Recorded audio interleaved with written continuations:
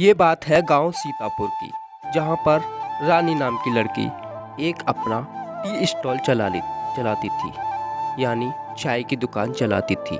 उसकी चाय की दुकान इतनी मशहूर थी कि दूर दूर से लोग उसकी चाय पीने आते थे। रानी के हाथों में न जाने ऐसा कौन सा जादू था कि वह लोगों को अपने पास बुलाने के लिए इतना आकर्षित करती।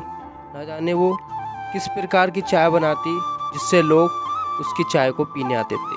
बहुत बहुत दूर के लोग उसकी चाय का निर्माण करते और पीने के लिए चले आते। बहुत पागल थे उसकी चाय पीने के लिए। एक दिन रानी के पास गांव रामपुर से चाय पीने आए और वो वहाँ की उसकी टी स्टॉल की दुकान पर चाय पीने पहुँचे और वह चाय पीते पीते बहुत खुश हो रहे थे और साथ में रानी की तारीफ भी कर रहे थे। वह कह रहे थे कि रानी, तुम्हारे हाथों में क्या जादू है, आप इतना अच्छी चाय बनाती हो, हमारा तो दिल खुश हो जाता है, क्योंकि हम दिन में कई बार चाय पीने आते हैं और आपकी चाय का बहुत अच्छे तरीके से आनंद लेते हैं।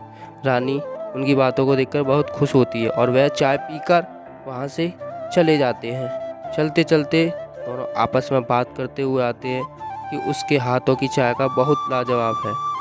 एक दिन की बात है, गांव रामपुर से सेठ जी रानी की दुकान पर एक दिन चाय पीने आ रहे थे।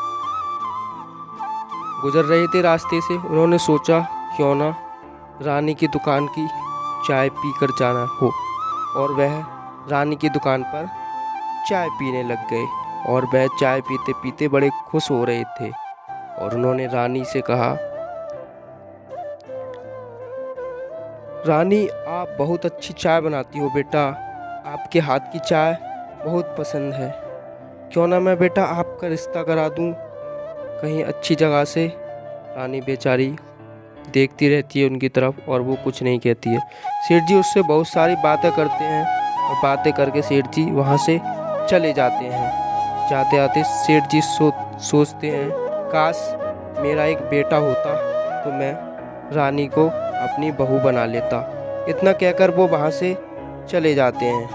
तभी रानी और रानी के पिता दोनों आपस में देखते हैं। रानी का पिता बहुत खुश होता है क्योंकि उसकी बेटी की पूरे शहर में और पूरे गांव में चर्चाएं हो रही हैं कि रानी इतनी अच्छी चाय बनाती है।